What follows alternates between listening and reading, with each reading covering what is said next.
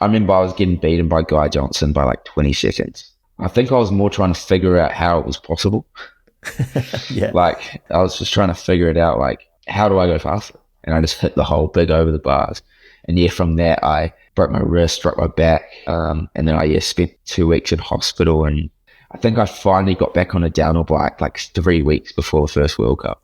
How are you meant to get back in from sponsors for this kid who didn't race all year?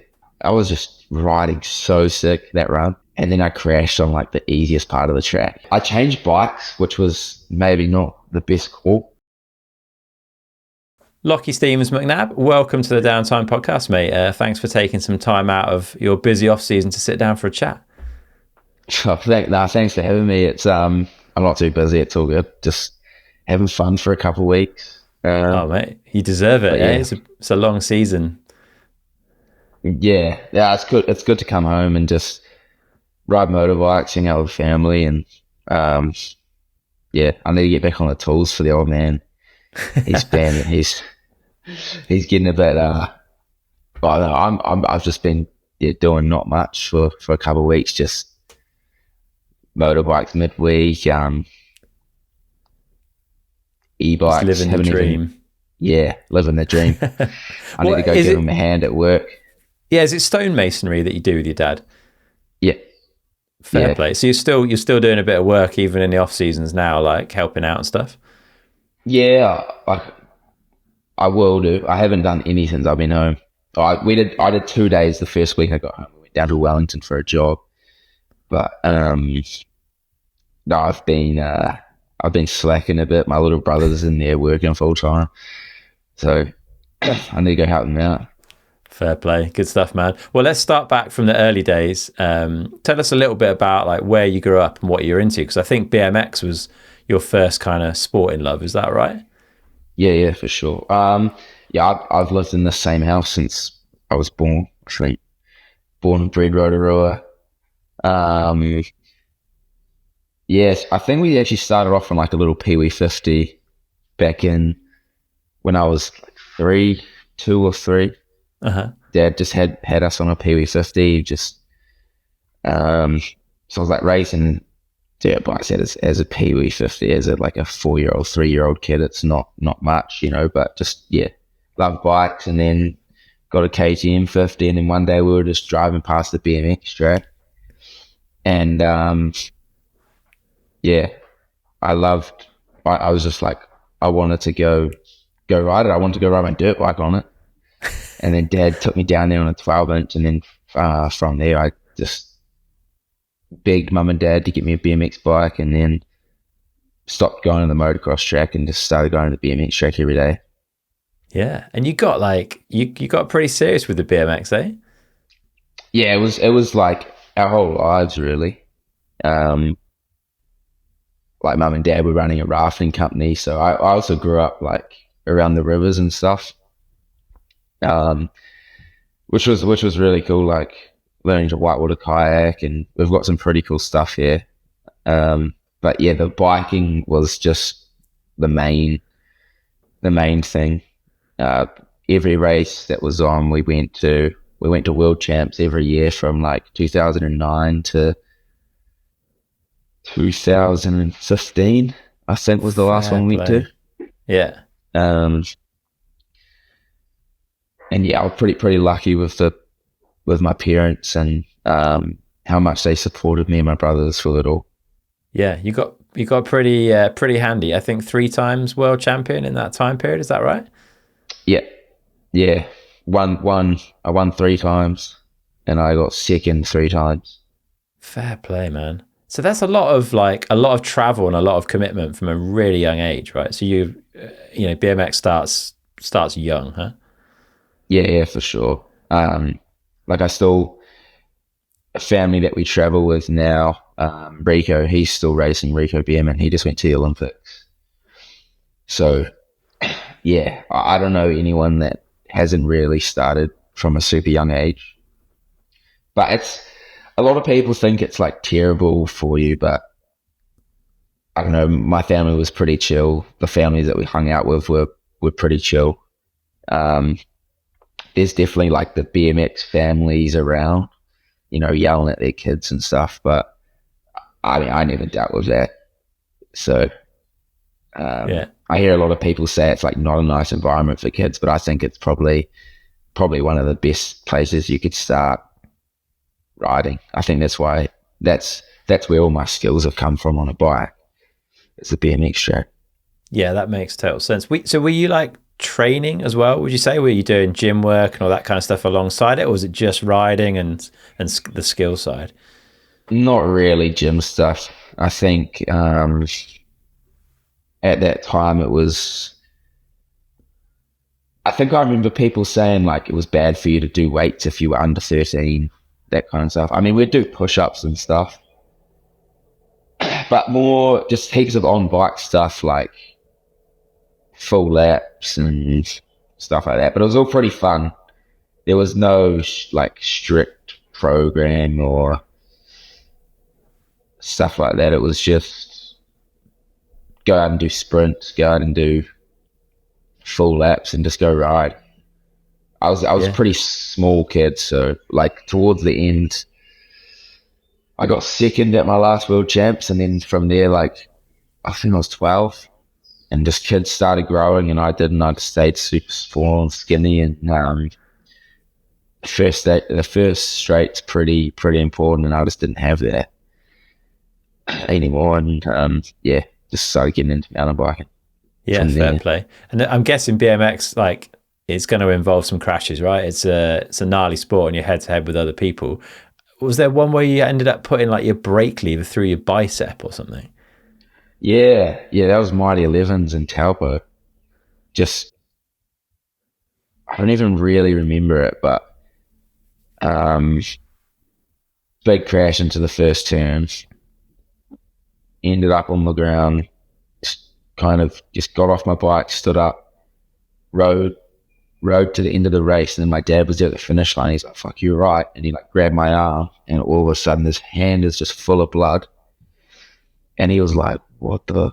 Like, thought, I don't know what he thought, and then took my arm off, and I took my brake levers through my arms. Wasn't too bad. It's just fair few stitches and it's all good. But there's some big crashes in that, and crashing on a BMX track isn't nice. It's like pretty much concrete. So when you hit the ground, you hit the ground pretty hard. Yeah, good place to learn bike riding skills, but also a good place to learn crashing and getting back up again, I guess. Yeah, exactly. And far out, there's some. Yeah, it's not a nice place to crash. No, for sure, man. So you've obviously, like, growing up in Rotorua, I'm guessing, like, riding off-road as well as on the BMX track was part of your life, right? You've got all the forest around you and amazing trails kind of everywhere. Like, were you doing mountain biking alongside BMX, or was there like kind of a switch? How did you end up moving from one to the other?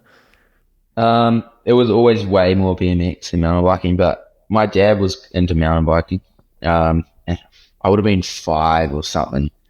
He used to take me out on my first ever BMX bike that I had. We kept that, and he put disc brakes on it, on fully rigid BMX bike. And so he was taking me mountain biking on there. I remember we'd go ride shuttles and stuff like that. That's how I met. Like, I think that's how we met, like Keegan Rice and Connor Hamilton, or no, we met them at the BMX track, but we'd go riding with them, I think. I don't really remember it, but I just remember having some crashes on that fully rigid bike. Is like pretty gnarly, but it was actually sick. And then when I was 8, we have a friend in Rotorua, Jeff Anderson, who has a bike shop, but he makes his own bikes too, like mostly like single speed frames and stuff like that. And he made me like a full suspension 24-inch bike. Sweet. Which was sick. And then when we maybe I was 8, so we did a bit of mountain biking then, and then it was we didn't ride much until I was really 11, 12, stopped racing BMX. And that was when I first got my first proper mountain bike, which was like a transition bandit. Nice. And I was just riding every weekend with my friends. Just nothing serious, just having fun. So I guess it was nice to have a bit of a break from competition, right? After years on the road with BMX, to just go hang out in the woods with your mates and ride mountain bikes must have felt pretty good fun. Yeah, it was good fun. We had some good times. Like, yeah, we my mate lived at the lake, and we'd stay there every night, go riding all day, come back, go swimming, or go see girls, or whatever we'd do. And yeah, we had some those. It was fun. It was a pretty. We started off just not serious. I don't know if anyone starts off a mountain biking serious, to be honest. It's just such a fun thing just to go do with your mates. Probably, yeah, one of the most fun things you could just go do with your mates, I reckon. Definitely, yeah. So it's a it was good way cool. to get out and explore and have a bit of freedom, I guess, from your family and all that sort of stuff. Yeah, I guess, yeah, exactly. That was probably one of the first things that we were all allowed to go leave our parents to go do with our friends. Um, the skate parks are pretty sketchy in Rotorua. So yeah, the forest is pretty cool place, and it's so big, and no, it was really cool. And then yeah, we got it probably, yeah, just rode that for maybe 2 years, and then we'd do the Crankworks Kids Works stuff, and then Dad got we got a specialized demo 8, like one of the old 6 bar ones. Yeah. Which was sick. It was so heavy. I still got it now. And I was just this tiny kid. And then yeah, started racing downhill maybe like 13, 14. Yeah. Was it natural then to want to come back to racing after having been competitive for so long in BMX? Was it always you were always going to want to go race it? Yeah. And was it hard because I don't think you were kind of winning straight away in mountain biking. Was that hard after having so much success in BMX? I honestly can't really remember, but I don't think it would have, like, I remember I was getting beaten by Guy Johnson by like 20 seconds. And I was just like, I think I was more trying to figure out how it was possible. Yeah. Like, I was just trying to figure it out, like, how do I go faster? I didn't really, I think it's how you start in everything. You just start, you have no idea, and see how it goes. But yeah, I'm pretty competitive by nature. But no, it didn't bother me too much. It was just, yeah, I would have just been trying to figure out how to go faster. Yeah. And you did. I mean, you kept working away at it. You started getting some good national level results. Like, how do you go about going from being competitive nationally to like starting to think about going to World Cup level racing? And I guess you've had a background that not a lot of people have had, in that you've been to world level events in BMX. So maybe it's not as big a leap for you, but like, how do you prepare yourself and sort out everything you need to go World Cup racing? Yeah, it all happened pretty quickly, really. Like, I think the first year I started winning more than just a one-off race was on like the national level was probably 2020. Mm-hmm. Like second year under 17. And yeah, I think I won national champs, and we had some fast kids in our age too, which definitely helped. And then 2021 national year was my first year under 19. I won national champs. I can't remember what I did at the national rounds, but I did good. And then we were like, I mean, it was always, I met Loic pretty young, and after that, it was always the aim to go to World Cups. So did you And meet him when he was out there training or something? Is that how you guys bumped at into each other? Crankworks, yeah. Yeah. At Crankworks, it was pretty cool. It was like, I was just one of those kids at the finish line. I can't remember asking for a photo.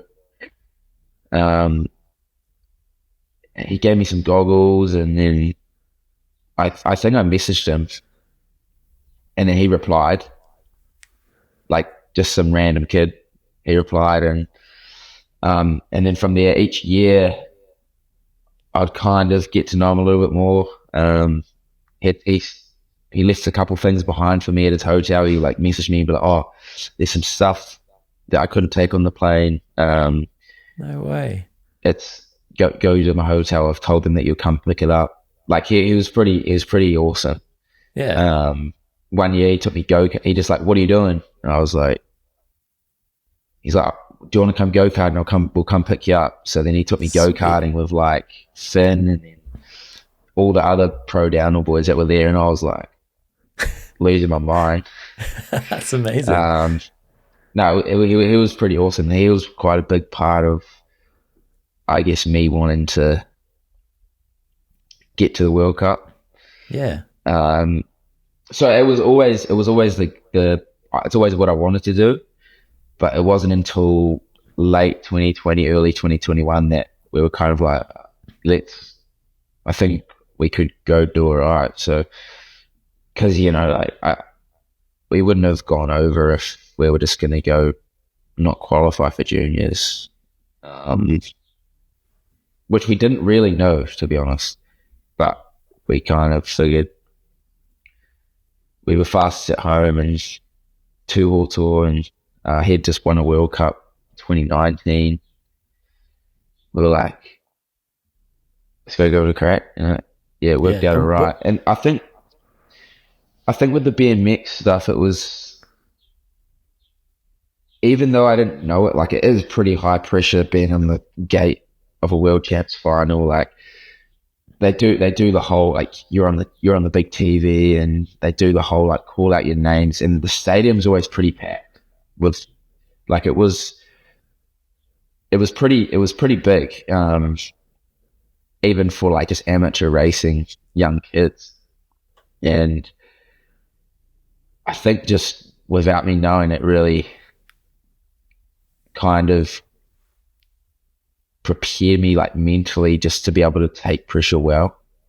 I'd been taking it from such a young age. Maybe I don't know. So I don't find it. I never found racing too bad. Obviously, I still get nervous and stuff, but never so nervous it just eats me up. Yeah, and you use the term "we." Is that you and your mum and dad? Like, I feel like your mum and dad have been behind you the whole way with this, right? I guess they were a big part of getting you to World Cups as well initially. Yeah, for sure. We is almost just like me, mum and dad, my brothers as well. As a big team, I wouldn't have done it without them for sure. They supported me through everything, and all they've asked is that I put the work in. Fair. If I didn't, and they put the set work the example in, on. Yeah, they set the example on work ethic, right? They're both hard workers. Yeah.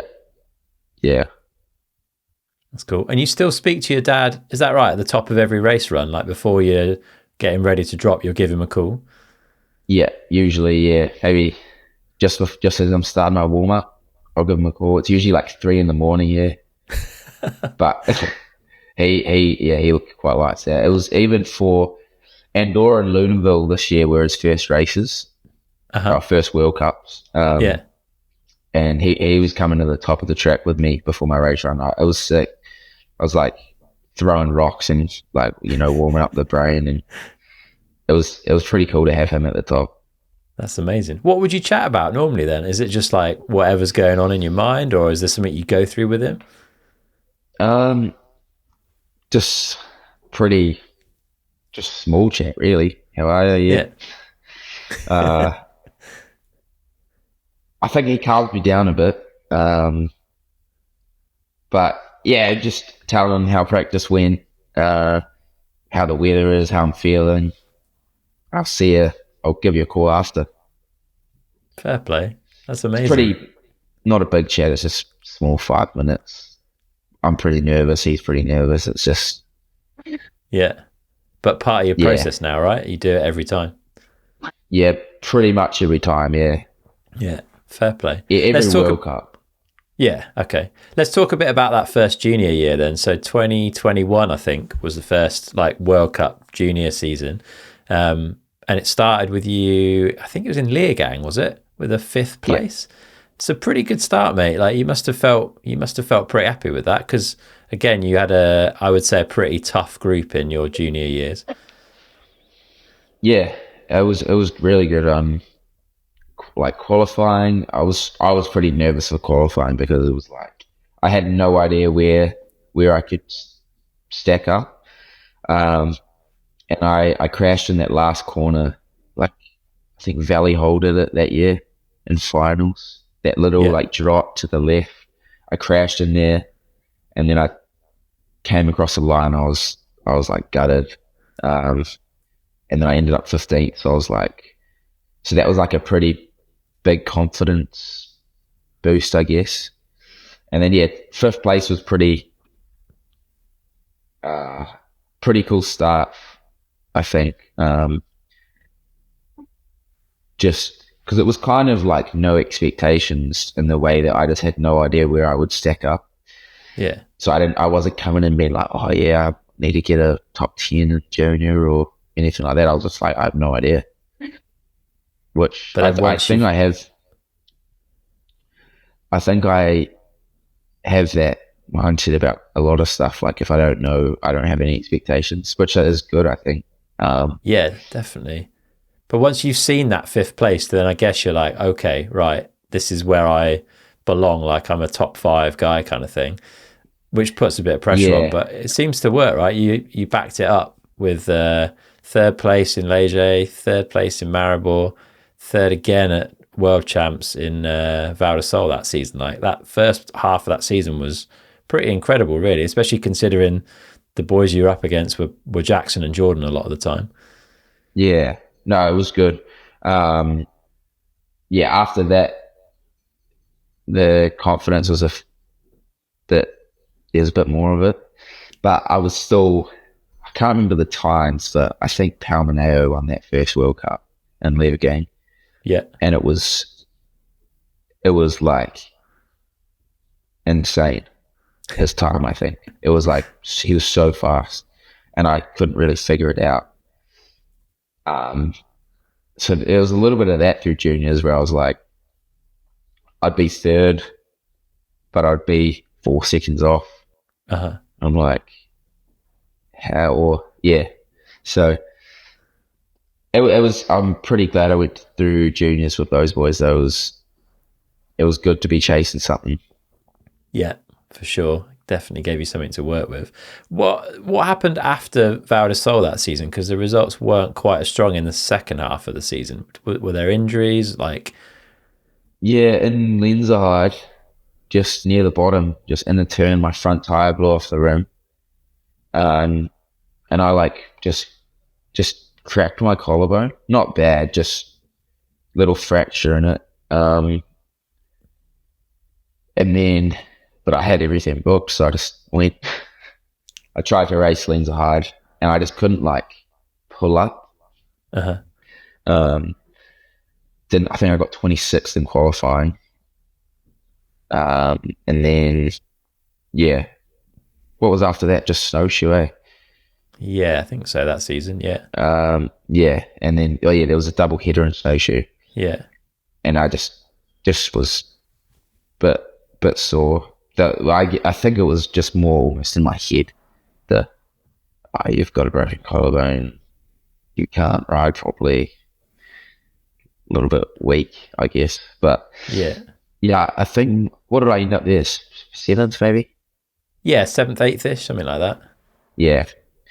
So I definitely wasn't happy with that, but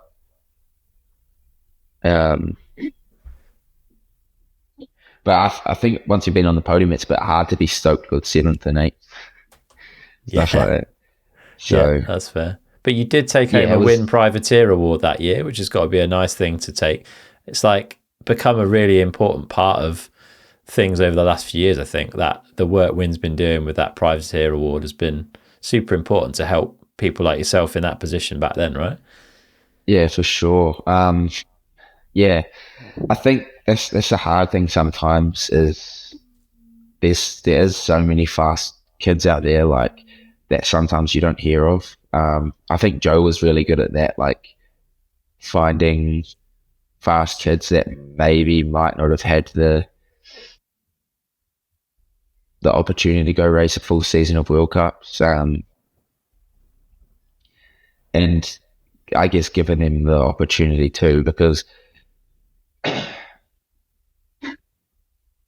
yeah, it's especially from the southern hemisphere, it's pretty far away to go. Lot of money, and if there's like potential, but maybe you're not there as yeah, it's a hard one. I'm pretty lucky that Joe picked me up, and there's so many fast kids coming up out there, and there's only so many spots on teams, you know. So I think what Win does is pretty cool because it shines a little bit of light on them too, and hopefully helps them get a good ride or get some eyes on them, and if they can perform well, then it can, you know, it could be the difference between whether they could make a career out of it if they could, or, you know, if sometimes things don't work out and maybe they had the talent to just, yeah, I don't know. I think everything has to fall into place for things to work out. Definitely, yeah, but it's good to have that little bit of help. And I think the union were helping you out a little bit kind of behind the scenes already in 2021. Is that right? Like tyres here and there and lifts between races and stuff like that. There was a little bit of help. Yeah, so yeah, just tyres and stuff. Tools and Sven, who I was traveling with, we had a van. I kind of met Ollie and Benny and Ollie Davis as well through them, and yeah, it was pretty cool. I could go chill in their pit, and then in Snowshoe, I just booked flights to America, but had no idea how to get to Snowshoe from Washington. So yeah, they had room in their van, and then I was like booking accommodation. They're like, "Oh no, just stay at our place." So no, they were cool. Yeah, that's really cool. Yeah, and I guess that's kind of how that relationship formed, was just me being a little underprepared to go race the last two World Cups. Yeah, been in the right place. Yeah, so when did you find out that they wanted you to come ride for them like fully in 2022 then?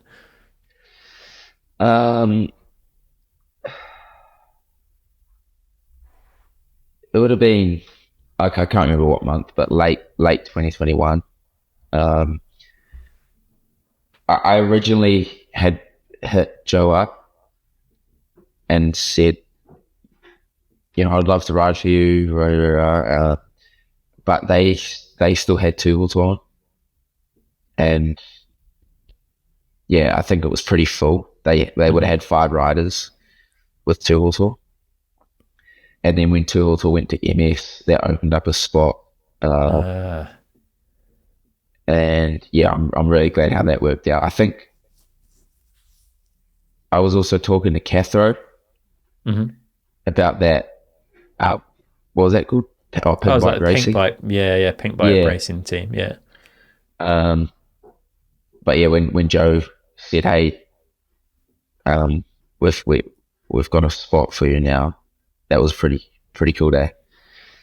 I can imagine, yeah. And you shifted, I think you'd been on a transition in your first junior season, so then you shifted, was it onto the V10 for 2022 with Union? Yeah. Was that an easy shift to make? Like, it's quite a lot of work to change bikes in an off season, I think, for people generally.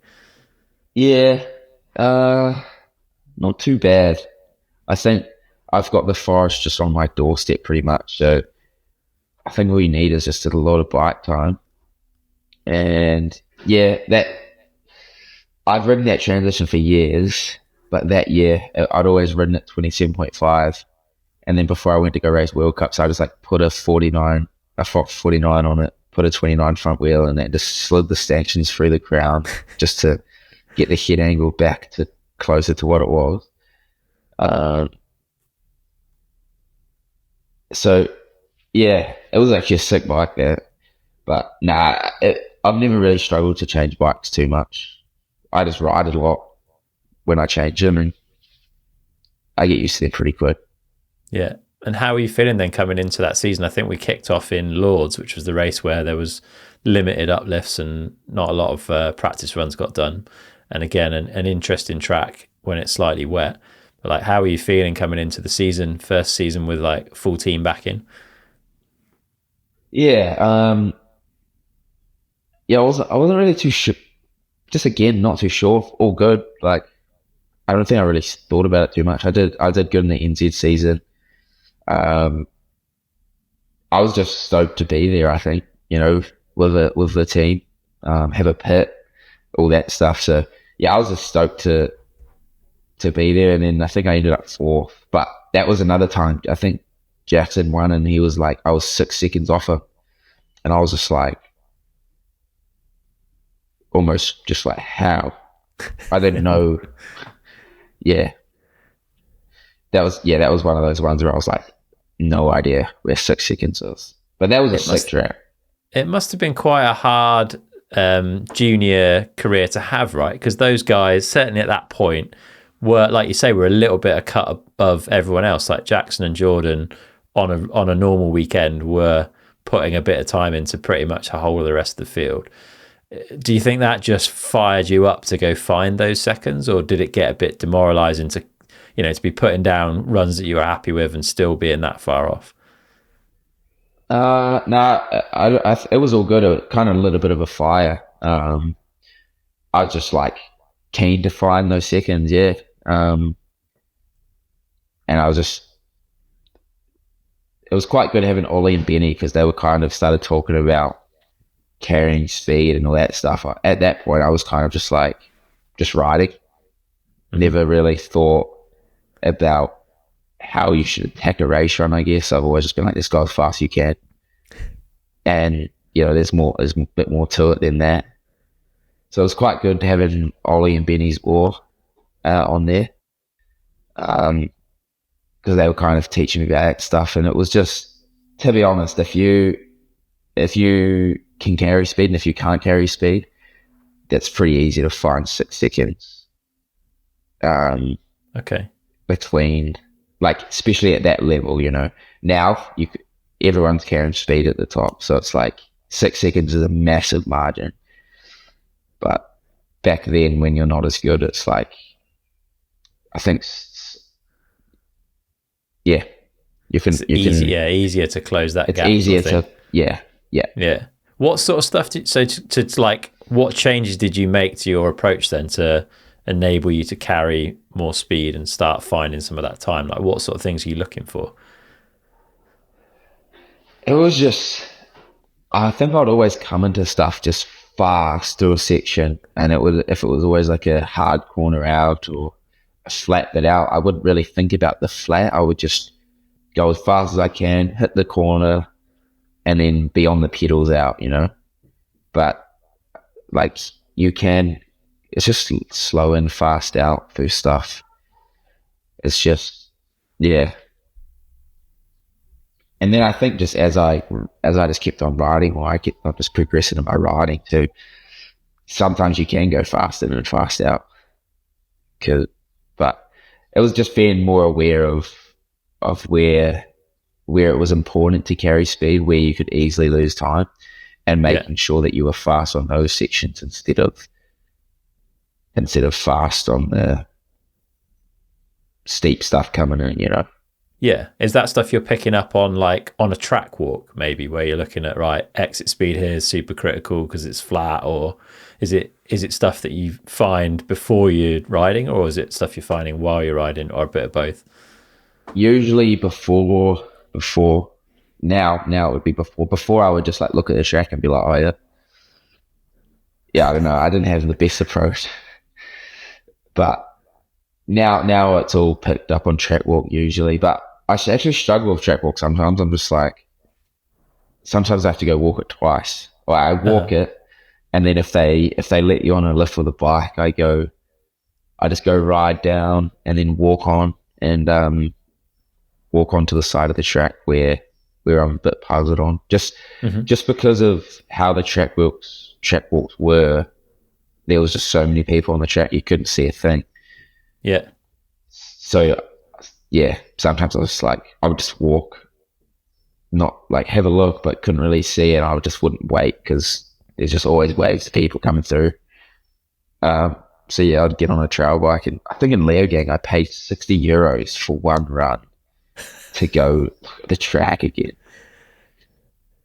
That's keen. It's ridiculous. But a lot of riders are doing that more and more now. Like I remember watching Amory and Loic in Lenzerheide, I think after practice, just still taking time, dissecting every little bit of the track, like changing the angles they were looking at stuff from, and like it's become an even more important part of it seems.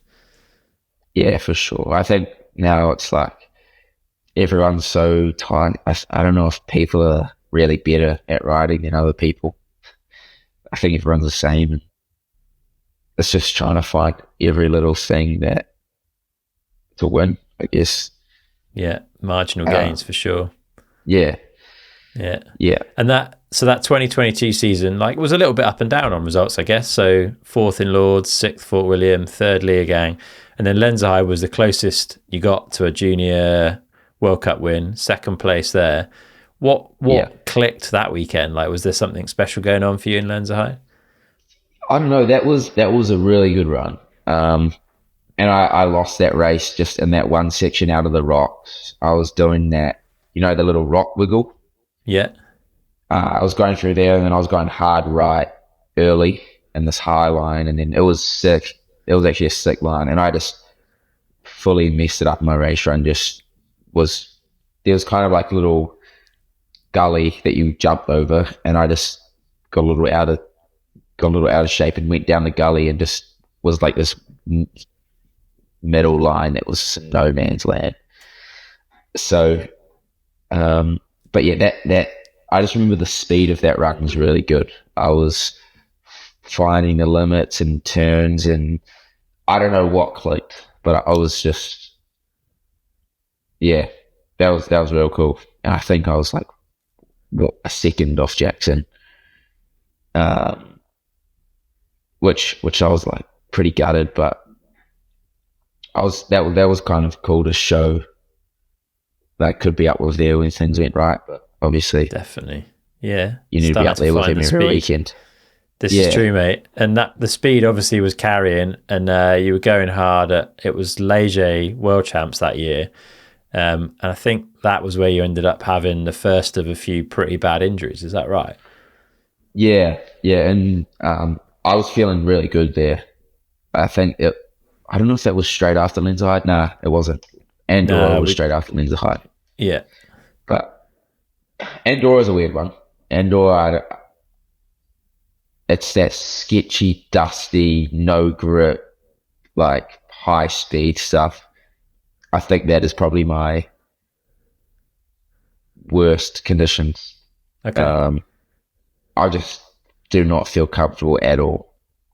Like, I don't know why. I never ride that stuff really. So that's probably why. But yeah, I think I just didn't do great there. Had a good run and didn't do great. But yeah, the Lachie World Champs was feeling sick. I thought that I really could go for it.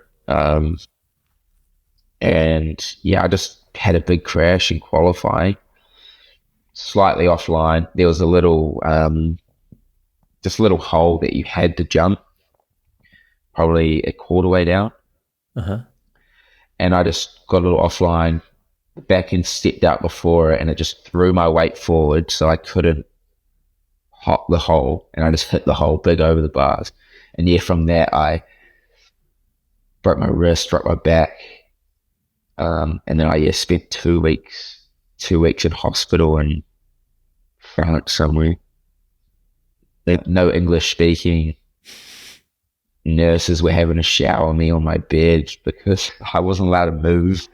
Oh man. that was a shit 2 weeks, but yeah, it was all good. But on the side of the track, like the medics ran over to me and they were like all good, and then I walked down to their ute, um, and then I was like, yeah, my wrist is broken, and they're like, oh yeah, sweet. They didn't really check me for anything else, and I was like, can I just ride my bike down? I just want to go to the bottom of the hill, and they're like, no, you can't. And then they put me in the back of the ute, just like sitting up down a bumpy road. I had to. They couldn't figure out how to splint my wrist, like because it was all bent and stuff. They couldn't figure out how to splint it, so I had to like tell them to take my armor off. Well, I took my armor off, and I had to tell them to use like the a D3O part of the armor. Yeah. I had to tell them, I was like, use this in your sleep, like to splint it, like. Yeah, they were a bit of a nightmare there, to be honest. Not a good experience, man. That's brutal. And then 4 months recovery for that, right? Like you were off for a fair chunk of time to get over that one.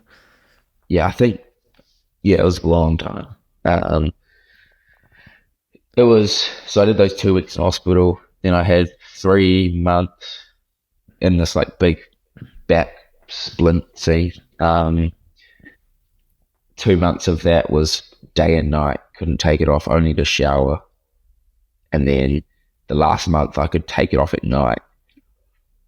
And that thing sucked. That thing was terrible. That was itchy and hot, and anytime he'd get a little bit sweaty, he was come to some air.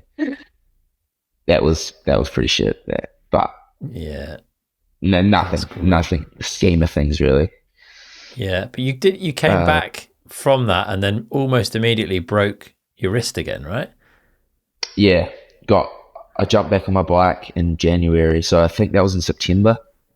Start of September there, and then I jumped on my bike in January for the national rounds, and I swept the first one, and I was like, oh yeah, this is sin. I'm riding all good. And then I went to Christchurch, and I was like, oh yeah, I'll race. And then first day of practice, it was just super thick moon dust, like almost like Andorra, but thicker. And like I said, I never ride that stuff, and you couldn't see what was under the dirt. It was just thick dust, and it was rocky, and you were kind of guessing what was under the dirt. And I was just riding along this off-camber straight and just hit something under the dirt. Big jackknife, broke my wrist. Yeah, a week after getting back on the bike. Mate, how do you deal with that mentally? Like, it must be so frustrating. Yeah, I was pissed. It's just the best. I was just like, he's serious. I mean, yeah. I was just like, I don't know. I think I'm all good at going. It is what it is. No, just carry on. Fair. And I guess you're like, that's most of your off season gone at that point, right? And that was your off season where you're stepping up into elite. How are you feeling about making that step? I guess you're wanting to go and show that you're capable, right? And that you can survive in that elite category. Yeah. No, yeah, exactly. Like, yeah, it was pretty gutting for that, because it was like, I still had a good chunk of time once I got back on my bike in January before the first race, which was June, I think. It was really late. It's a late start, yeah. And yeah, so I was pretty like serious, but it was just as what it is. I was talking to Millway. I was in the gym heaps with the cast on, just doing everything I could, really. And that took ages to heal that wrist. It was pretty much the same as this wrist, and they operated on this wrist. I still have the plate in now, but they just didn't operate on this. They just pulled it straight, put it in a cast, and that just when they operated on this, like I only had a brace on, so like pretty soon after, I think 2 weeks I didn't move it, and then pretty soon after I started just moving it slowly, and then this was just like 8 weeks in a cast, Yeah, and so it's then it just came all your out, and mobility it is was gone. And yeah, yeah, and it came out, and it just was so sore, had no strength, and I think I finally got back on a downhill bike like 3 weeks before the first World Cup. whoa, It's like that's quite a long time. However, like February, March, April, yeah, or maybe a month, I don't know, but it was that took ages to heal. And I even was like first come to, we had a team camp in Mont-Sainte-Anne that year. Jack Clark bought me like one of those Mobius braces, and but I didn't like the brace. But yeah, yeah, so that was pretty frustrating coming into that, and then it was just we did a bunch of riding that week and that next week, and then it was just coming right, and I could hold on all good. I just tape it up, and it was all good. yeah, yeah. And 26th for your first like elite race in Lenzerheide. Pretty happy with that. Like that must feel pretty Oh, good. for sure. Yeah. That was when they still had the semi-final and the final on the same day, and they, yeah, it was. I was stoked with my semi-final. Like that was a sick run. I got 15th. And then at the top, like mentally, I just was not ready for another race run. I was like thinking about the 6 months I just had. I was like, don't die in your first World Cup. Um, so I just really just put a nice run down and got smoked. But yeah, I think it is a big, you to race fast at a World Cup, you've got to be like mentally just on it. And Yeah, for that one, I wasn't. But I was all good with that. I was 26. I was pretty stoked to make the final. Uh, yeah, yeah, I was pretty happy with 26. I yeah. knew Showed what you were yeah, capable of in your first elite race for sure. Like it's not an easy thing to get straight into that top 30 straight away, and you did it very convincingly. But it wasn't long after that injury crept back in again, right? Was it an incident in Schladming? yeah, just after Leogang World Cup, and Leogang was a bit of a nightmare. I was riding really good. I thought I was riding really good. Just when they had the whole qualifying kept on getting pushed back and pushed back and pushed back, but half of the field had gone down in the dry. Well, not half, but there's a couple. Um, I think it was that. Yeah, yeah, it was. Yeah, I when the mean, storm came in. there was massive storms. Yeah, and Yeah, I just crashed qualifying in the slipperiness and didn't qualify. So that was a bit gunny. But yeah, Schladming just we'd been there for like, I don't know how long we were there for, but we'd just been riding all day, and then we were just doing some filming that night and just riding the jump track.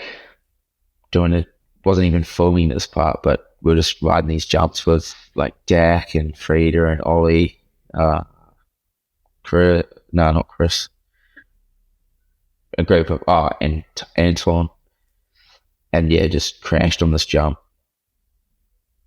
Pretty big crash. Like I landed straight on my head and shoulder. I don't know how I did my ankle. Like I pretty much just tried to do a scrub off this jump, and the takeoff was slippery. And well, it was like, Schladming's got that like gravel on the jump track, and I just slid off the gravel, and I was pretty much like upside down in the air. It was like a moto whip, and there was nothing. But it felt like I was upside down. I don't know, but yeah, I landed pretty much straight on my shoulder. I don't know how I blew my ankle up, but yeah, I ruptured like a few ligaments in my ankle. One was fully ruptured, and then a couple like through the other side were just partial. and then just some bone bruising in my talus from just must have been when my foot hit the ground that hard.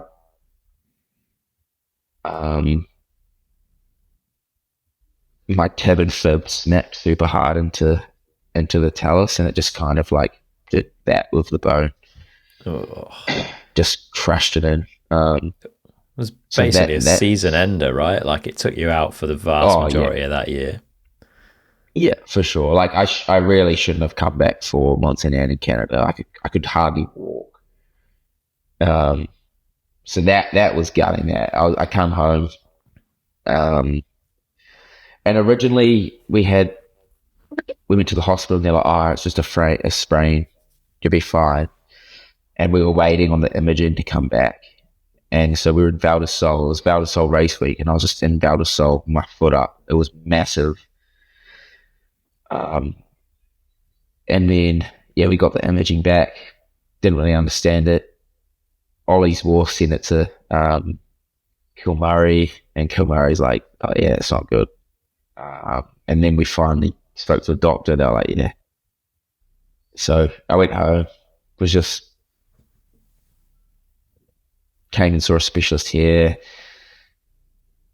and it was just trying to do everything I could to get back racing, because there was quite a big gap before World Champs, and so that was pretty gutting. That no surgery or anything though. Like I didn't really understand it, but how I understood it was like there was the ligaments. I might be totally wrong here, but the ligaments go like pretty much like almost do a loop through. Okay. And so like down one side it was fully ruptured, and then but because the other side was still intact, it could find itself again. Weird. Which that's how I understood it, but yeah, fair. So there might be someone listening that tells me I'm wrong. Yeah, maybe. But I'd be keen to understand it. Yeah, so that puts you out for like you say, that year really. I mean, you came back for Mont-Sainte-Anne, but probably shouldn't have been there, kind of thing. And then you've got another off season to like get everything healed up, get yourself fit again, get ready to go. But it's been a rough ride. Like the last few years for the bike industry has been pretty tough. And I think certainly for Joe and the union, there was a point in that 23-24 off season where I think Joe maybe wasn't sure quite what the team was going to look like and how it was going to pan out. Yeah, I honestly, I was out of contract with the union after last year. So that was my contract year. And I'm pretty lucky that Joe kept me on, really, because he could have easily just been like, dude, sorry, we can't. Because I honestly, I would have understood too, because how are you meant to get backing from sponsors for this kid who didn't race all year? So I was pretty thankful, and even to Trek too for kind of having a bit of belief in me, because with those changes, they like with Trek coming aboard and SRAM and with all the sponsors of the team really, and Joe for believing in me, I guess I'm pretty thankful for that, because it could have easily gone the other way, and then maybe I wouldn't have been able to come race because it costs a lot of money. It does, for sure. But you were clearly hungry. Like your New Zealand-based off-season racing was pretty damn good. Like I think you won all the New Zealand nationals. You took national champs in a stacked field, right? Because pretty much everyone was out in New Zealand this off-season. So you were up against like Amory, Matt Walker, Benoit Coulange, I think was there. Like you'd had a pretty insane preseason. Yeah, really good. And I think it was a fully new bike, and luckily we got it pretty early. I think I got it end of November, early December. And as soon as I got it, I was just, I had it, and one thing that made it easy was that I hadn't ridden the V10 since Mont-Sainte-Anne, because I come back and I just had 2 months off the bike just to let my ankle heal as much as it could. I was seeing a physio a lot, going to see like other like chiropractors and stuff like that. And so yeah, when I jumped on the trek, it was a fully new bike, but I hadn't ridden in 2 months, so I didn't really have. It wasn't like holy shit, this is different. It was just I'm back on a bike, which was really good. And then so yeah, I had quite a while on it. I think I would have had like 3 weeks, a month on it before the national races, which was good. And then yeah, had a really good national season. And I don't know where the speed come from, really. It just, I'd been training all year, and I think it's just from the actual bike time that I've had. Just I haven't had that since I was a junior, really. Since before my second year junior, I haven't had that just consistent bike time. And yeah, that was pretty cool. Obviously, yeah, it's so early in the season, so like Benoit and Amory and stuff like that, you know, they're not pushing it hard, but yeah, that was cool. But that was a bit of confidence that, and then I was coming into Crankworks like, shit, I could actually win, and that was a decent payday too. Yeah, I bet they don't hold back on the pay for those, do they? No, nothing compared to the US Open. Really? Is that big? That's a proper win, Yeah, that one. Yeah. The Crankworks was like $6,000, I think, NZ. Okay. Yeah. So it's decent. More it's than really a World good, Cup, but yeah. yeah. Talk us through the start of that 2024 season then. So we kicked off in Fort William. How was it?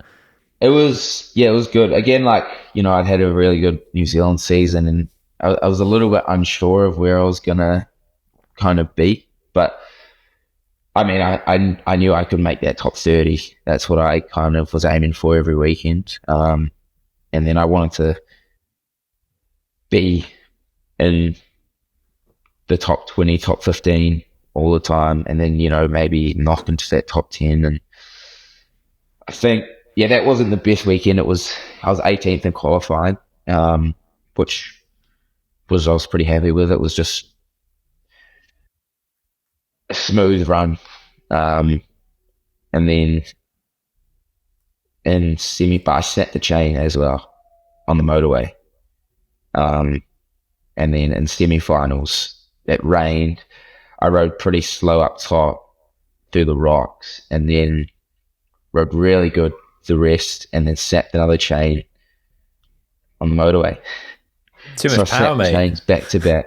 Well, I can't remember what the problem was. I think my jockey wheel was like there was something up with the chain line. Okay. But yeah, so that was my gun. I missed out on finals by point something. But then we saw some sectors somewhere, and I had a couple top 5 sectors, and that was when I was like, holy, like, yeah, the pace is there. Yeah. So that kind of, even though the weekend didn't end up good, I actually saw that I had some top 5 sectors, and I was like, holy, like, that's pretty sick. So yeah, there was a bit of confidence that came from that again too. That's good. So you came into Poland feeling a bit more like that you deserve to be in the higher places, not just a top 30 rider. Maybe you knew there was a bit more in there. Yeah, for sure. Yeah. And then Poland come around, and track was sick. That was probably my favorite track all year, to be honest. Like and you know, there was a lot of talk saying that it was gonna be shit. You know, it was everywhere. Yeah. The GoPro of the track was getting sent around, and it was just like a jump track, but it broke down really good. It was pretty rough by racing, and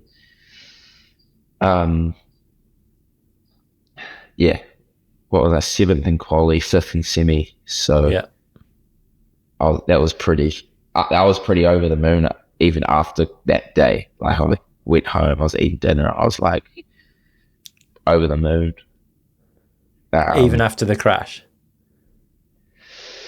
That was after quali day.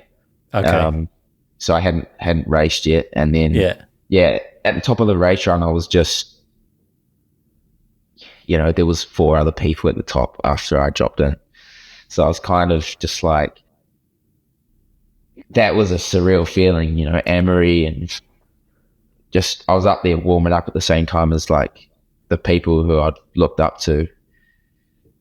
So I was kind of almost not too nervous. I was just like, enjoy the moment, like really enjoying the moment, trying to take it in. Because yeah, I don't know. I guess it's what I've dreamed of since Lord took me go karting. Yeah. So yeah, that was pretty cool. And yeah, that run was pretty good. Like that's probably that was a pretty. I was just riding so sick that run, and then I crashed on like the easiest part of the track. Yeah, what happened? Was it like a lapse of concentration, or what? Do you know what happened? Yeah, lapse of concentration. I was just thinking about the next corner because that was so important. That next corner. It was that little janky right over on the little wooden bridge? Was it that? Yeah, that to flat, and it was like that. If we're talking about carrying speed, it was like that whole. If you really stalled on that corner, you stalled anyway as it was when you got it good, but I was just too busy thinking about that corner and not losing my speed. And yeah, I guess I probably hadn't come into that fast either, into that section that fast. I was on the piste and I was changing down gear to make sure I was on the right gear to pedal out of that janky turn. And yeah, honestly, I was just like, I got up and I was like, are you serious? I couldn't believe it, but the run felt sick, but I didn't expect it to be green when I got to the bottom. Okay. So that was a pretty cool feeling, like, and I wasn't too gutted. I was gutted, but I was like, it's a big step in the right direction. And yeah, again, you get to see those sector times and realize like how insanely on pace you were. Yeah, exactly. And yeah, I don't know. I kind of like the journey there a bit more than if I had just won then. Hopefully, yeah, I don't know. Obviously, I would love to win, but it's not how I win. And I wasn't too. I was gutted, obviously, but I was like, I'd never been in that position before where I had fastest times. So it was like, it was just cool. Yeah, a lot of positives. It was too cool to be gutted. Weekend. Yeah. Yeah, exactly. For sure. So not too much of a dent to the confidence then, or was it even an increase in confidence? Did you come away feeling better? Yeah. Yeah, for sure, increase, because it wasn't like I crashed because I was out of control. It was just a stupid crash, like could have been avoided so easily. And it wasn't, it was like pretty much on a flat piece of track. It wasn't, it wasn't like I was going too fast for how I could ride or stuff like that. It was just a lack of concentration, Yeah. So you move on from there with a lot of confidence into Leogang. And a much better weekend in Leogang this time around for you, right? That was like pretty incredible, I would imagine. Yeah, for sure. It was. I feel like I had quite a few like hard weekends of like a big crash in practice. Like a couple of times, like Fort William, I had a massive crash just before quali. My run before quali, and then Poland. Not Poland. Leogang had a massive crash. Just a pretty big crash just before end of practice day. So I was pretty sore that weekend. Really, I wasn't too sure. I had like a massive whiplash and my neck was all stiff, and I was a bit beat up, really. So yeah, quali, semi, I just kind of just tried to get through, and then by race day I was feeling a bit better. And yeah, that was pretty unreal to come down, be like, I was quite a lot up, I think. I was like 4 seconds when I came up or something, like came down, something like that. And then Finn bit me pretty quickly. I don't think he was too far behind me. So I kind of was like, oh yeah, sweet.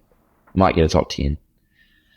Yeah, because that was the weekend that Finn had sat out a lot of the race, right? Was that the one where he did his thumb? Yeah. So we were like, oh, maybe that's not an insane run from Finn, but actually it turned out it was an insane run from Finn and from you. Like, yeah. So yeah, that's actually pretty crazy that he can sit out the whole week and not practice and just put that down. But yeah, then we just kept on. People just kept on getting him behind, and I was like, shit, top 10, that's good. And then it was like, fuck, this should be a top 5, and it was like top 5, and I was just like, from there, I just couldn't believe it. I was just stoked. What didn't happen? I wasn't too worried. And then Loic came down and smoked us all. Yeah, but cool to stand on a podium with those guys, right? Like, first time around, that was a nice bunch to be up there with. Yeah, no, for sure. It was so sick. It was like, yeah, I couldn't believe it. And my mum was there, and my brother was there, and Joe was there. So it was sick that it was a race that Joe came to. Yeah, it was just cool that everyone that kind of, other than my dad and my other brother, it would be cool if they were there, but a lot of people that were big parts of me, like the growth of me, I guess, were all there. It was pretty cool. Yeah, nice. And again, I'm guessing the confidence is weighing pretty heavy at this point. Like, you had a really like solid start to the season, and then it got a little bit more tricky through the middle of the season for you, right? Things didn't quite go as well as they had in that little first few races. Yeah, Val de Sol was straight after that, wasn't it? Yeah. The week after, yeah. I think I was riding good there. I changed bikes, which was maybe not the best call. Like the Monday after Leogang, I just tried this new bike, just a different size. That's it. And I probably should have just stayed on my bike. I don't know what I was thinking, to be honest, but live and learn. Did you go up or down in size? I went up in size. Okay, yeah. And it felt good, to be honest. And then, but then I was back to back in a practice day in Val de Sol, which I wouldn't do again. But we had built up a new, so the frame I was on was an R2, and we'd built up a brand new frame of that. And then I was on this other frame, and I was back to back in them. And my R2 just felt so weird. And I was like, I had just raced it the week before, and I just couldn't, I don't know why. It was the exact same frame.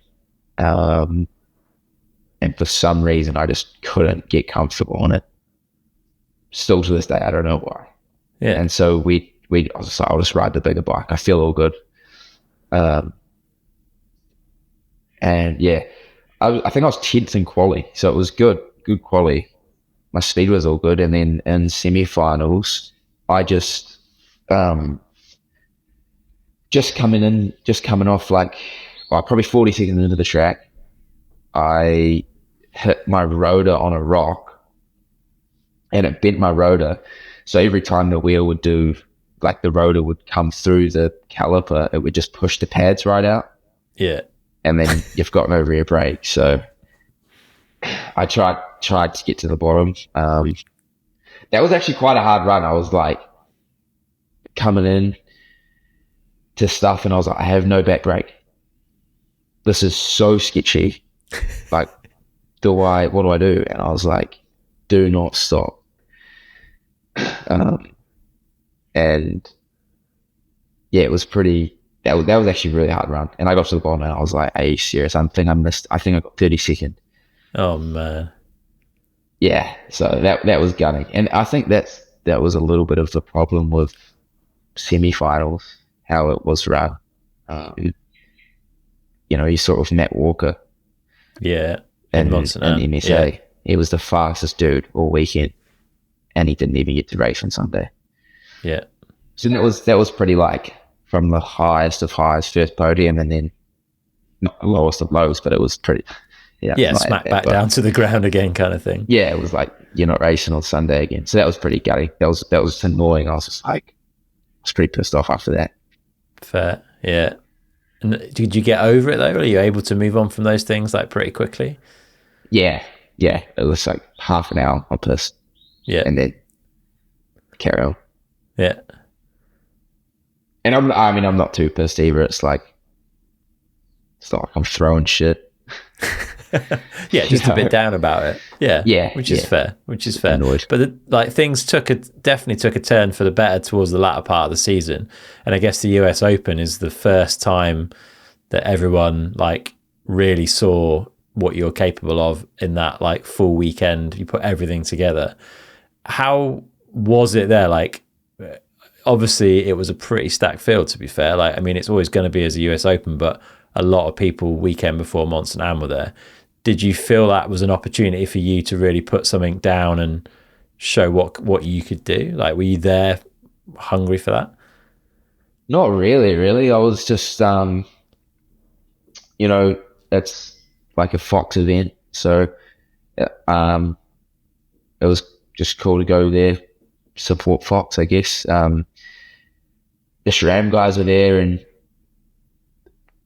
we're starting to talk to them more closely about, suspension and stuff. And I was kind of keen to try some stuff. So they were like, you don't normally test in a race. Like, are you that worried about the race? And I was like, no, not really. So we tried some stuff, and honestly, I couldn't feel a difference. The track was slippery and like pretty hard to ride, and I was just like, I honestly couldn't tell a difference. And they were like, are you serious? So then they were like, oh, don't worry. It's the track was flat and definitely not the best for testing stuff. But yeah, it's no how if I can't tell a difference. So then they were like, oh, go race. It's all good. And then from there, yeah. I don't know why I was good there. I was just, that track's really about carrying speed and making sure that you don't lose your speed anywhere, because the minute you lose your speed, it's not like other tracks. You can't get it back super easily. It's pretty flat. Yeah, so if once you make a mistake and lose your speed, your speed's gone for a long time. Yeah.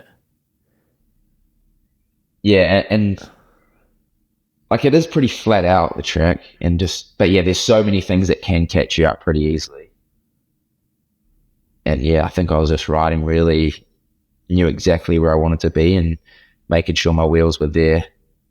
And yeah, that race run was pretty sick. I was blowing wide on shit, but I just knew that I couldn't slow down. So I just let it take me to where it wanted to take me, and just made sure I didn't break. Fair play. And that win came with quite a lot of media attention, I think. Like, it's a big event anyway, but again, being part of the lead up to Mont-Sainte-Anne, there was a lot of people shining a light on you, I guess, and you came into Mont-Sainte-Anne, not as a favourite maybe, but definitely with maybe a bit more buzz around you than you would normally have come into that race with, I think. Did you feel that? Yeah, not too much. Like I saw stuff, but I don't know. I don't really go on. I don't really look at that stuff too much, really. I mean, I go on Instagram more than I should, but it's like you're looking at bullshit. Like, I don't look at what people say on my stuff really too much. Yeah, I don't know.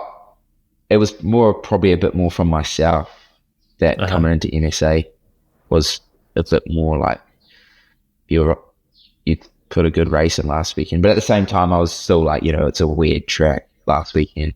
It's a lot different to NSA. But but it was definitely some good confidence going in. I bet some pretty fast dudes at the US Open. Yeah. So carrying a bit of confidence. Mont-Sainte-Anne looks like a kind of rider's track anyway. Like people seem to enjoy being there. Were you having a good time throughout the week? Yeah, for sure. I like that track is sick. But yeah, I didn't think I was riding super good during practice and stuff, but I do just ramp up for racing really. I never really have super good quali and semi results. But I think I was talking about this the other day, I think that's because, I'm not protected, and as the year's gone on, I've got more and more confidence that I can be up there every weekend. So I have confidence that I can get through with a smooth run. I just, I never want to make any mistakes in semi-finals because the times are tight. And, if I'm going for a really good result on a semi-finals, it doesn't matter. So I think I come at it from the direction that I know I can get through with a smooth, solid run. One that I will know that I'm make very limited mistakes. And that always puts me around like 10 to 15, I think. So, and then for racing, that's when I open it up a bit more. Turn the wick up, yeah. Have you been consciously sort of trying to minimize risk to some extent? Like, obviously, you've had a couple of years of pretty rough injury times, and you're feeling the benefit of having consistent ride time and not being off injured. Like, are you trying to just reduce injury risk in those sessions leading up to finals? Big time, yeah. Anything really, like I love going and hit big jumps and trying to throw big whips and stuff, but I kind of stay away from that stuff now. Just anything that, I still have fun, don't get me wrong, but stuff that can go wrong so easily and that could really put a risk to the race, and I kind of just stay away from, just to, the main goal coming to this year was just to do a full season uninjured. So to do that and then to have these good results is like blew it out the park, really. Does that take the pressure off? Like, you've got to that final race run of the season in Mont-Sainte-Anne uninjured. Does that like help you access a little bit more in your brain and let you have a little bit more to push, or were you still like trying to get into an off season without the injury? Does that make sense? Yeah, I think almost less. Okay. I was like, but I didn't think about it too much. I knew I was riding good. And when before I said I wasn't riding that good, I wasn't riding bad. But just at the start of the weekend, there was some struggles, I guess. But I feel like that can be with every weekend. But yeah, I mean, I didn't go out there and I didn't like just go all out, and I think that's why the run was really good, because the conditions were really dicey. And another thing was that in Leger, I was on for a really good one and I crashed in the wet. And Lunenville, I was on for a good result, crashed in the wet, and I just really didn't want to crash again. I was sick of crashing in race runs. So I really just put a really solid run down. It wasn't anything like, there was no like specialness like Poland, I think the Poland run really actually felt special when I was riding. Uh-huh. The MSA was just really good, solid everywhere, didn't make too many mistakes, just, and just kind of backed myself. Knew that the rocks were slippery, but they're slippery in the dry anyway. So as long as you're online, you should be sweet. Yeah, and you were sat in that hot seat for a while. Conditions didn't really look like they were getting a whole lot better for anyone, but you can never put it past riders these days to find time on a track, even if the conditions are changing. Like, how was it sitting on that hot seat watching rider after rider coming down? Did you feel like you'd done enough? No, not really, because like I said to Laurie, I was like, I think we're going to get smoked. And he was like, I don't know. Like, I think, yeah. So once Laurie said that he thinks we're on for a good one, then it was a bit more like, shit, it could be good. And then, but I wasn't expecting to just be between me and Troy, to be honest. I was expecting maybe, I was like, oh, if we could finish the year with top 5, that would be sick. But yeah, it just kept on. It was pretty close up top, and then we'd get to the third split, and then they'd be 2 seconds back, and I was like, I was pretty impressed, I guess. It was just like, fire out. So that was pretty cool. Yeah, it's amazing. And then, yeah, Troy, last man down the hill. I mean, I don't know what he tapped into that weekend, but he was definitely riding in a way that we've probably not seen for a little while, like almost carefree. I don't know, but it was so tight, man. Like, is that a good thing that you were so close to win, or is it painful to be that like 0.06 off? Yeah, I mean, that's a good thing, obviously.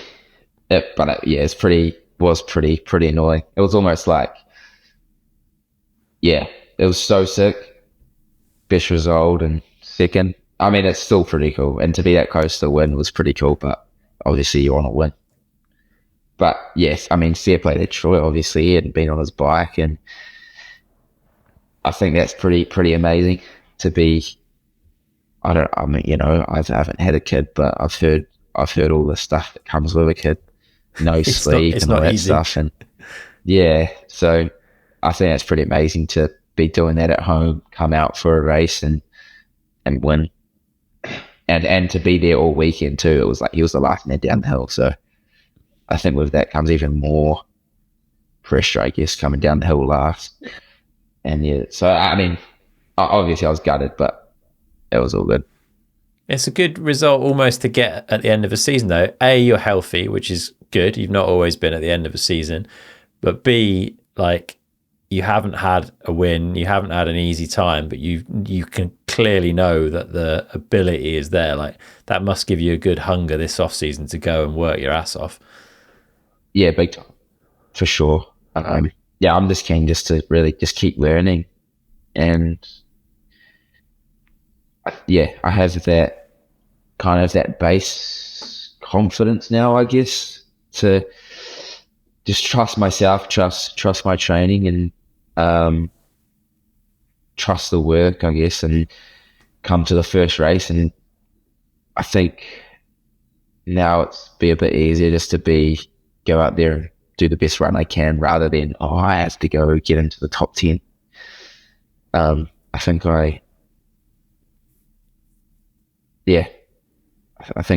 which is better to be able to be like, get out there and just do the best run you can, than be trying to put, you want to get this placing, because really you can't control anything that other people are doing. And one weekend you might do the best run you can, and 25th, and everyone was just better than you. And it's like, I mean, obviously you're not happy, but yeah. So I'm looking forward to next year. I'm almost like, want it to happen now. You're ready. It's October, and I'm like buzzing to go racing again. I guess that's good being Southern Hemisphere, in that you've got your New Zealand National Series like ahead of the race season. But I guess there's a risk with that, is that you're doing a lot of like riding fast and potential risk before the race season gets going. Is it hard to balance that, like getting up to race speed but not going too crazy in the home races? Yeah, no, I don't think it's too bad. I kind of understand it now that, there's like a bit of a circle that you have to be in. And even this year, I wasn't, I'm not sending it like at a World Cup at the New Zealand races. It's just trying to do really solid runs, almost like how I attack a qualifying run. Just try get down no mistakes is kind of how I go at the New Zealand racing, because there's no point in going all out to try win, because whereas before I was, and there's some fast juniors here, so I guess if they're going to be sending it, I have to be all right with getting beat by them. Yeah, Tyler and people like that, right? Yeah. So I think it'll be all good. It's just it's fun race in New Zealand. I think it's good for like New Zealand downhill racing too, if we can go race the World Cups, because sorry, not the World Cups, the New Zealand season, because like when I was a little kid and there'd be the New Zealand pros there, it was pretty cool for them to be at the races. So yeah, I don't think I'll stop racing them. Just I love racing New Zealand, and I think it was cool for me when I was a kid to see like George and Brooke and Sam and stuff at the races. So I think I kind of hopefully can make sure that the kids below, I don't know, there's something to look forward to, I guess, or something to keep them in the sport.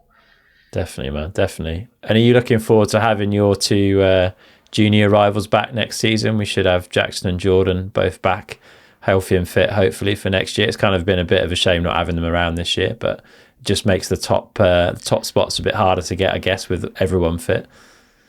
Yeah, no, for sure. I think more people that are there, the better. And yeah, those two both won a World Cup last year.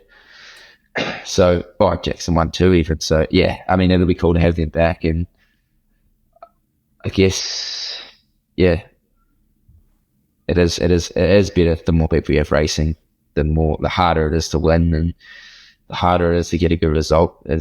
I guess makes it feel that much better if you do get it. Yeah, for sure, man. And I guess it's fair to assume, like, in the off season, you've been fairly hot property. Like, you've got the results, you've clearly got the potential, and you've got a load of points, which some teams definitely are looking for. We're pre-contract times and stuff, so we won't dig into who you're going to be riding for next year. But assuming you do take a step up to like a bigger setup, do you think that's going to be a big benefit to you? Like, do you feel like all the stuff that comes with a factory team, like, is stuff that's going to help you, or are you fairly simple in what you need to go fast on a weekend? Yeah, I mean, I think definitely things that factory teams have, like, physios and lines guys, having people up on the track, is pretty beneficial. But I think honestly the biggest thing for me is just like a good environment, a good people around each other that I think that's probably the biggest thing for me is, what's the use, and if you're getting paid all this money and you have the biggest truck, but you don't enjoy the people you're around. So I think that's probably the biggest thing that I'm looking for. Other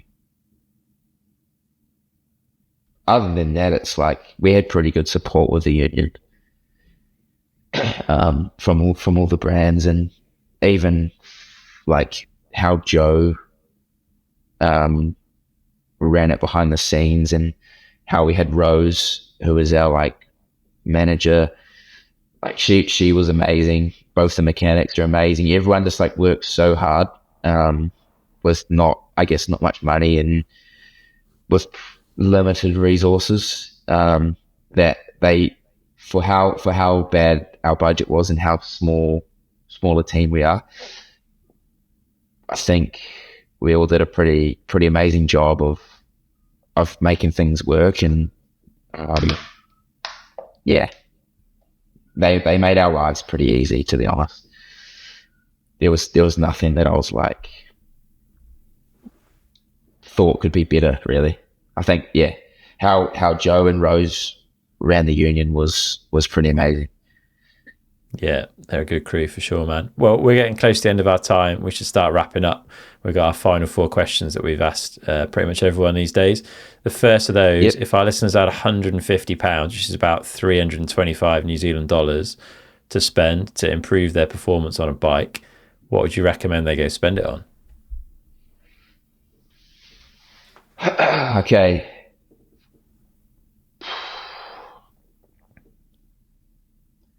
I'm just trying to think about what I do on my trail bike, because honestly, I pretty much take my trail bike out of the box and I don't even know how much air I put in the suspension. So I honestly don't do much to my bikes. Probably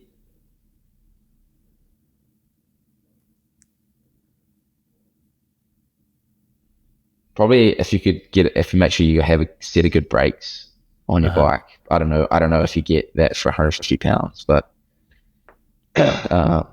what have you been using on your trail bike? I got the Code Ultimates. Okay, I got the Code Ultimates on my trail bike, and I've got the Mavens on my downhill bike, and then I want to get some Mavens for my e-bike. Yeah, I'm riding some pretty steep stuff bikes at home. Yeah. I think that's the only thing that I'm changing on my e-bike, is just putting a set of Mavens on. Okay, fair play. Good advice. Yeah, I honestly don't know. Sorry. No, that's all good, man. All right, we'll go on to the second one. If you could wind back the clock and sit down with yourself, age 16, what advice would you give him? Lay off the piss. Really? Have you been gone down that route? Oh, for sure, yeah. It's all my mates at home do. For a while, every weekend we'd go ride, go drink, go ride. When I was about 16. It was pretty fun though, and I think I kind of got it all out of my system when I was younger. So I honestly would just say, just work hard. I think just trust yourself, work hard, and don't expect anything. Just work hard and things will come, I think. Yeah, good advice, man. All right, third one. If you could have a coaching session from anyone, past or present, who would it be and what would you want to learn from them?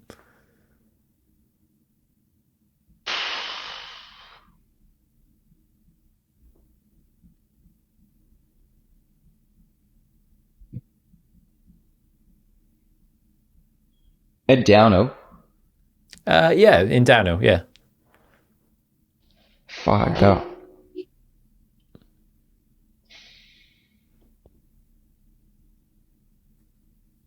I'd probably just want to go ride with Rat Boy. maybe I don't know about a coaching session, but I think I'd learn a lot just riding behind him. I think probably go ride with Rat Boy would be the main thing. I don't know what I'd want to learn, but I think I just want to ride behind him and think he's the sickest rider. He is incredible to watch on a bike. Yeah, for sure. And had that super. He never looked like he was the fastest guy on the hill at a World Cup, and then you'd see the split, and you were like, "What? He's up by 2 seconds or something." He's got this ability to make going fast look pretty easy, which I never quite understood. Luca's kind of similar. Luca can do it as well. But interesting. All right, man. Last one. What is something you do every day that you feel benefits you? Go ride my bike. You pretty regular, every day? Not every day, but most days, whether it's an e-bike or a jump bike or something like that, it's just have fun. I think at the moment I don't have much routine. I'm just chilling at the moment. But what do I do every day that I think benefits them?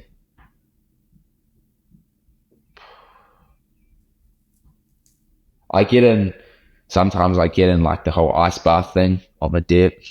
Quite like that.